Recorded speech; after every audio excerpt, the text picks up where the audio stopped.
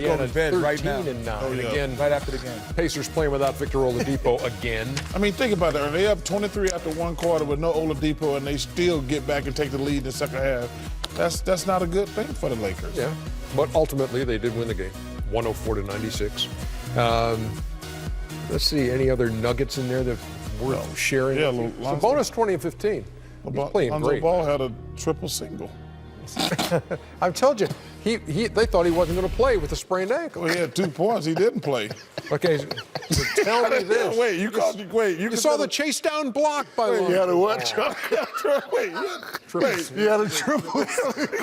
Wait, he had 2 points, and you gonna say he played? He had 2 more points than me. he had a triple single.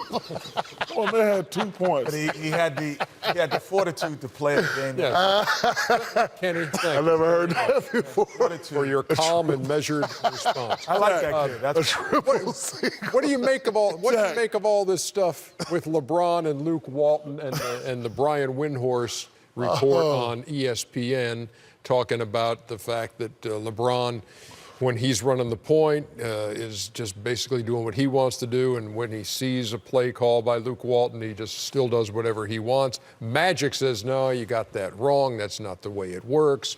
You know, we're a lot of ball movement and have to get into our pick and roll and that kind of thing. What do you make of this whole Luke Walton thing with LeBron? I played for coaches that gave the point guards the freedom to run the plays. You know, right before the game, you talk about the game and say, these are the basic plays we're going to run.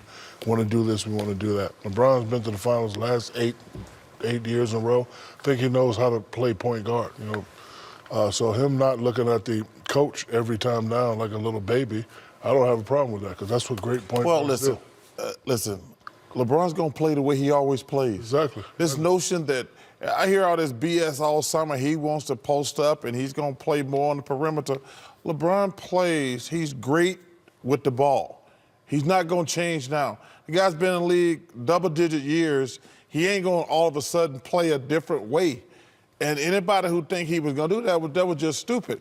The problem they got is I think the Lakers put Luke Walton in a position to fail. How's that? I said the first night, are they a young team building for the future, or they're an old team trying to win some games now? They put Luke Walton, is he trying to win now, or is he trying to build for the future? You can't win that way. I said that the first night, and it's not going to change. I don't understand why they should have said sacrifice this year.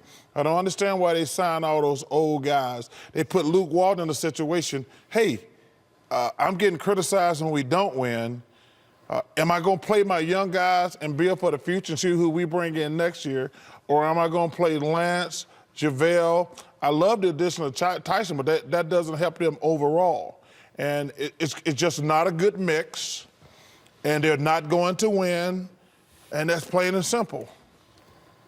It's your turn. I mean, you're the point guard. Well, yeah, in terms of point guard, you know, even the late, great Jack Curran and Archbishop Malloy High School to the late, great Dean Smith and on into the NBA, the best teams I've been on, I would have a conversation with the coach prior to the game and say, hey, this is the percentage of this. Against this team, we're going to run these 4 sets. And in these 4 sets, I want to run this like 25% of the time, this one like 50%, and this one 25%. So now you have the leeway so you don't have to look over, because a lot of times you're catching it and you see transition, you see things. And then every now and then, not often, but every now and then, the great players like Akeem Olajuwon or Michael Jordan, whoever, you go, I'm not running that. Or I would look off Clyde Drexler, great player, Hall of Famer, top 50 player. I would look off of Vernon Maxwell because I know I needed to get it to Akeem certain times. I would call the play but look it off and not take the option of not giving it to Akeem that time. That wasn't often. That happens.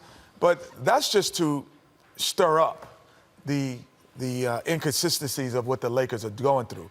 Everyone does that at times. You don't do it often, but when you're losing and you have LeBron James and you have what Charles is saying, this mixture of old and new, what are you trying to do? It's easy for someone to notice those things. We had one year Don Chaney, Coach of the Year, he won.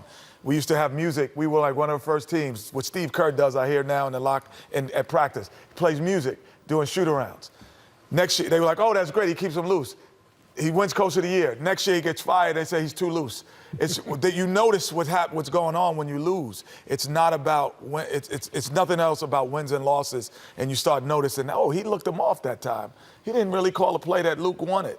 That's all it is. When they win in Cleveland, he did it to Tyronn Lue. He did it to coaches before that. Did it to Mike Brown. Did it to Mike Brown. LeBron but he played. also listens and he understands what they want too. It's not like he's saying, I'm going on my own. He understands the overall concept of the team of LeBron. But LeBron just, listen, we can say all that stuff we want to. LeBron's going to have the ball. He's not going to change now. I mean, he's. But having the ball, he's still going to know the concept of what the coach was. I understand that, but I'm saying this notion that going into the season, he was going to play different. And now they've won a couple games. They're like, well, he went back the way we used to play. Like, he was going to always do that. But he should, because the new NBA is this.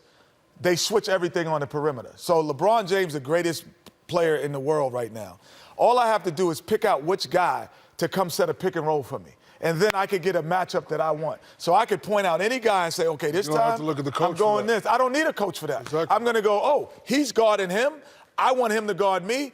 Come set a pick for me. And then all of a sudden he opens the floor up and he creates opportunities for everyone else. Let us move on to the move of the night, which is